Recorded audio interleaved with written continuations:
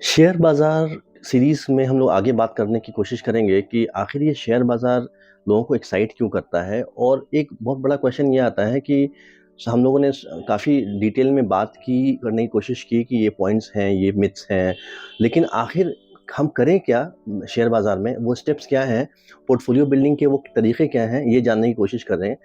तो हमने सोचा कि एक कॉम्प्रिहेंसिव सा कुछ बनाने की कोशिश करें जो बेसिक हो और जो एक आम आदमी को समझाने में मदद करे कि आखिर ये शेयर बाज़ार में हम एंटर कैसे करें, इसको हम देखें कैसे, कैसे इसको हम प्ले आउट करें। शेयर बाज़ार सीरीज़ में अब हम लोग समझने की ये कोशिश करेंगे कि शेयर बाज़ार की हिस्ट्री क्या है और इसको कैसे हम लोग आगे देखें, ताकि ये हमारे कोई काम की चीज़ बन जाए और हम इसको कैसे बेहतर तरीके से यूज़ कर सकें। शेयर बाज़ार के बारे में जब स्टडी कर रहे थे तो चैट जीपीटी से ये पता चला कि शेयर बाज़ार का जो अर्ली डॉक्यूमेंटेशन है, वो अर्ली रोमन्स और मुस्लिम्स के में पाया जाता है। बेसिकली शेयर बाज़ार का कॉन्सेप्ट ये रहा है कि जो भी प्रॉफ़िट या लॉस होता है, कोई कंपनी जब चलाते हैं आप, तो वो आप शेयर करते हैं, आप भागीदार होते हैं। बेसिकली अगर आप कोई बैंक से पैसे लेते हैं, तो आपको लॉस हो या प्रॉफ़िट हो, दोनों केस में बैंक को आपको पैसा लौटाना होता है। अगर आप लॉस होता है, तो आपको कुछ अपना एसेट बेचना होगा या कहीं से कुछ जमा करना होगा, या डिफ़ॉल्ट केस में तो आप जेल भी जा सकते हैं। मार्केट के बेसिक्स को समझने के लिए आइए नज़र डालते हैं इन 6 पॉइंट्स पे। Number 1, stock. स्टॉक क्या होता है? स्टॉक बेसिकली आप पार्शियली आप उस कंपनी के ओनर बन जाते हैं। बेसिकली आप करते ये हैं कि उसके जितने भी असेट होते हैं और उस कंपनी का जो भी वैल्यूएशन होता है, वो उसके आप जैसे अगर आपने सपोज़ कीजिए कंपनी ₹100 की है और आपने ₹1 का स्टॉक खरीद लिया, तो आप ₹1 के आप मालिक बन जाते हैं। ऐसा समझ लीजिए कि जैसे कोई एक केक है, उसका उसको 4 भाग में बाँटा और आपने 25% उसका रख लिया, तो आप 25% के ओनर हैं। पॉइंट नंबर 2, स्टॉक एक्सचेंज क्या होते हैं? स्टॉक एक्सचेंजेस एक्चुअली एक तरह का मार्केट है। जैसे कि अगर आपको फिश खरीदना है, तो आप कहाँ जाएँगे? फिश मार्केट में जाएँगे। इसी तरीके से सब्ज़ी मंडी और ये सब जैसे होते हैं। उसी तरीके से स्टॉक एक्सचेंज एक मंडी है, जहाँ पे जो कंपनीज़ हैं वो अपने स्टॉक्स रखती हैं और जो हम जैसे लोग हैं या जिनको स्टॉक खरीदना होता है, वो वहाँ जाते हैं, वो वहाँ खरीदते हैं। बेसिकली जैसे न्यूयॉर्क स्टॉक एक्सचेंज है, बॉम्बे स्टॉक एक्सचेंज है, निफ्टी है, ये सारे स्टॉक एक्सचेंजेस हैं जो एक तरह की मंडी आप कह सकते हैं, जहाँ पे आप खरीदेंगे और बेचेंगे। एग्ज़ाम्पल के लिए इंडिया में बीएसई स्टॉक एक्सचेंज है, बॉम्बे स्टॉक एक्सचेंज कहलाता है ये। उसमें सेंसेक्स सबने सुना होगा। सेंसेक्स बेसिकली क्या है कि जो टॉप 30 मार्केट कैप के हिसाब से इंडिया में जो कंपनीज़ हैं, वो वहाँ लिस्टेड होती हैं।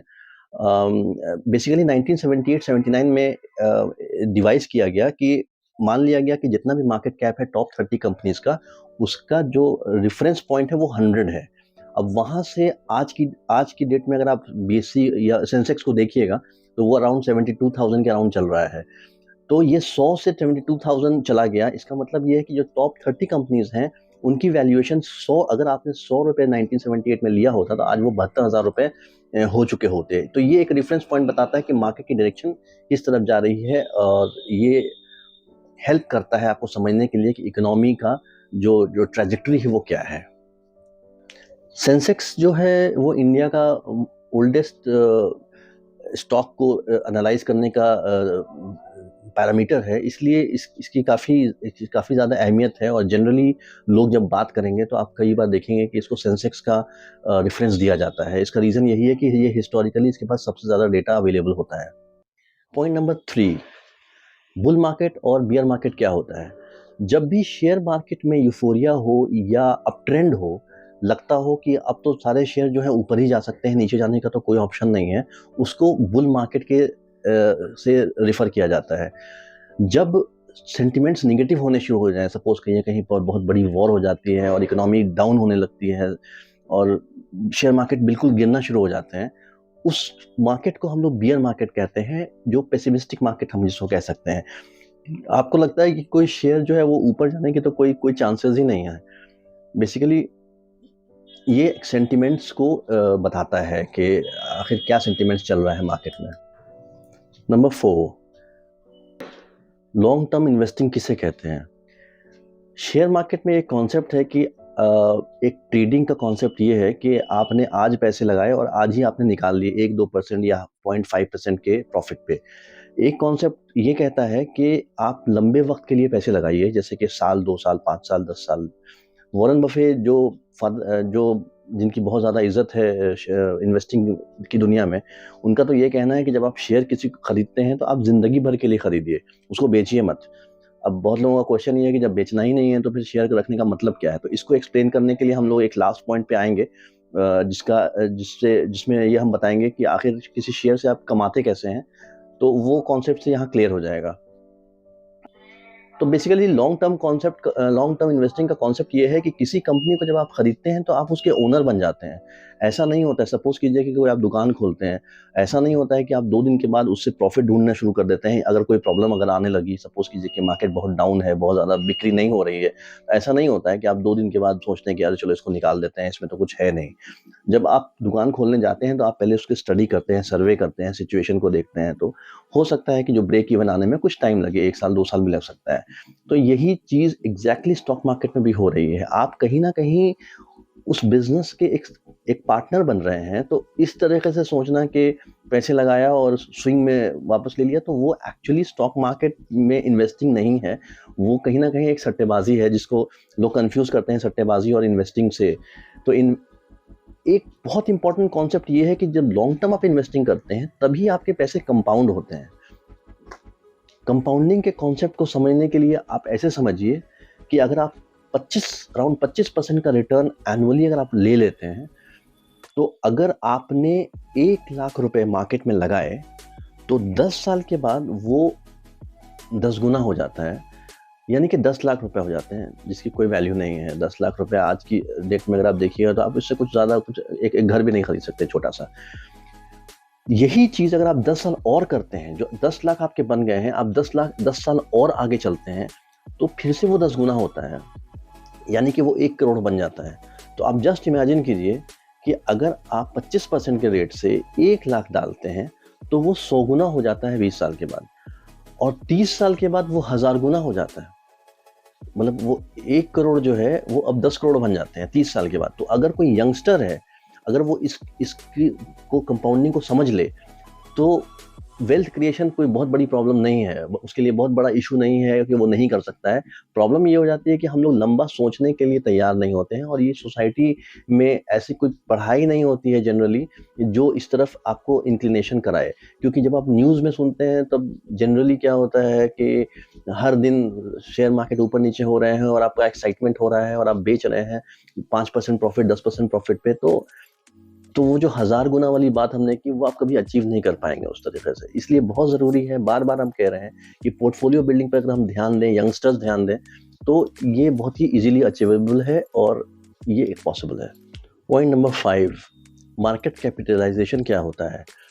हम लोग हमेशा कहते हैं कि लार्ज कैप, मिड कैप और स्मॉल कैप आपने सुना होगा, तो बेसिकली वो मार्केट कैपिटलाइज़ेशन की बात हो रही होती है।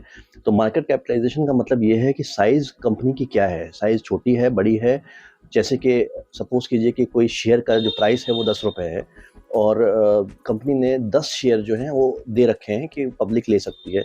तो 10 इंटू 10 जो ₹100 हुए, वो कंपनी का मार्केट कैपिटलाइज़ेशन हुआ है। तो जितने बड़े शेयर होते हैं वो उतने स्टेबल माने जाते हैं, क्योंकि ज़ाहिर-सी बात है कि वो उनका उनका जो मूवमेंट होगा वो स्लो होगा, बट वो उनकी स्टेबिलिटी भी हाई होती है। उसी तरीके से जो स्मॉल कैप शेयर होते हैं, उनके मूवमेंट्स भी बहुत ज़्यादा वोलेटाइल हो सकते हैं, ऊपर की तरफ भी और नीचे की तरफ भी, इसलिए वो ज़्यादा रिस्की माने जाते हैं। पॉइंट नंबर 6, अब हम ये जानने की कोशिश करते हैं कि स्टॉक मार्केट में ठीक है पैसे लगा दिए, वॉरेन बफे ने कह दिया कि एक बार खरीद लो तो भूल जाओ। तो आखिर वो कौन-सा तरीका है जिससे हम पैसे कमाते हैं शेयर मार्केट में? तो इसका 2 तरीका है कि जैसे कि हमने कहा कि किसी शेयर का प्राइस अगर हो सकता है ₹10 है, तो जैसे-जैसे उसकी अर्निंग आती है, जैसे-जैसे उसकी वैल्यू बढ़ती है, तो उसका प्राइस भी बढ़ता है। फॉर एग्ज़ाम्पल ₹10 का शेयर आपने अगर लिया है और वो ₹50 हो जाता है, तो आपका जो एप्रिसिएशन है वो 5 गुना का हो गया है। तो बेसिकली इस तरीके से अगर आप शेयर को बेचते हैं, तो या नहीं बेचते हैं, तो वो नॉमिनली आपका नॉमिनल गेन है। जब आप बेच देते हैं तो वो एक्चुअल गेन बन जाता है। तो बेसिकली इस तरीके से आप प्रॉफ़िट कमाते हैं। लेकिन जब शेयर बाज़ार में वॉरेन बफे साहब बोलते हैं कि आप कभी बेचो ही मत, तो आखिर हम शेयर पे पैसे कैसे कमाएँगे? तो होता ये है कि कोई भी शेयर के पास कोई भी कंपनी के पास बहुत सारा कैश जमा हो जाता है। कुछ कैश तो वो कंपनी को के ग्रोथ में डालती है, और ताकि वो एक नया प्लांट खोल देगी या कुछ इस तरह का काम करती है। बहुत सारा कैश उसके पास बच जाता है, तो वो उस कैश को अपने इन्वेस्टर्स को दे देती है डिविडेंड के नाम पे। तो ये एक रेगुलर अर्निंग जैसा हो जाता है। सपोज करिए कि आप किसी अच्छी कंपनी में इन्वेस्टेड हैं और आपको वो 2% का डिविडेंड दे रही है, तो हर साल आपको 2% का जो डिविडेंड है वो तो मिलता ही रहेगा, प्लस जो उसका जो प्राइस का अप्रिसिएशन है वो भी होता रहेगा, उससे डिविडेंड भी आपको ऊपर जाता रहेगा। तो ये एक तरीका है। अच्छी कंपनीज जो हैं अपने शेयर होल्डर्स को रिटेन रखती हैं और वो कभी शेयर को नहीं बेचते हैं। जैसे कि हम लोगों ने इंडिया में एक बहुत सारा जो शेयर इनके एग्जाम्पल हैं, जैसे कि विप्रो में अगर आपने 10,000 रुपए लगाए होते तो आज करोड़ों में आपके पास पैसा होता। एग्जाम्पल इन्फोसिस में भी सेम चीज़ है, अगर आपने अराउंड 1980s में अगर पैसा लगाया होता। तो बेसिकली ये एक बहुत ही इंटरेस्टिंग कॉन्सेप्ट है जिसपे जो इन्वेस्टर हैं, बड़े इन्वेस्टर हैं और लॉन्ग टर्म इन्वेस्टर हैं, वो काम करते हैं और एक तरह का वो असेट बिल्डिंग करके रख देते हैं और डिविडेंड उनको उनको इनफ पैसा दे देता है उनकी ज़रूरतों को, उनके लग्जरीज को पूरा करने के लिए। इस वीडियो में हम लोगों ने कुछ बेसिक्स के बारे में, बेसिक्स ऑफ स्टॉक मार्केट के बारे में, शेयर बाजार के बारे में बात करने की कोशिश की, ताकि एक बेसिक आइडिया मिल जाए कि ये जो जार्गन्स हैं ये आखिर क्या होते हैं। और भी कुछ कुछ बचे हुए हैं जो जो कि हम आगे फ्यूचर में भी बात करते रहेंगे। बेसिकली मकसद ये है कि हम शेयर मार्केट से, चलो ये सब तो थ्योरीज हैं, तो आखिर इम्प्लीमेंट कैसे करें, तो ये नेक्स्ट स्टेज में हम लोग उसमें जाने की कोशिश करेंगे। तो उसके लिए बहुत ज़रूरी है कि आपको बेसिक्स पता होना चाहिए।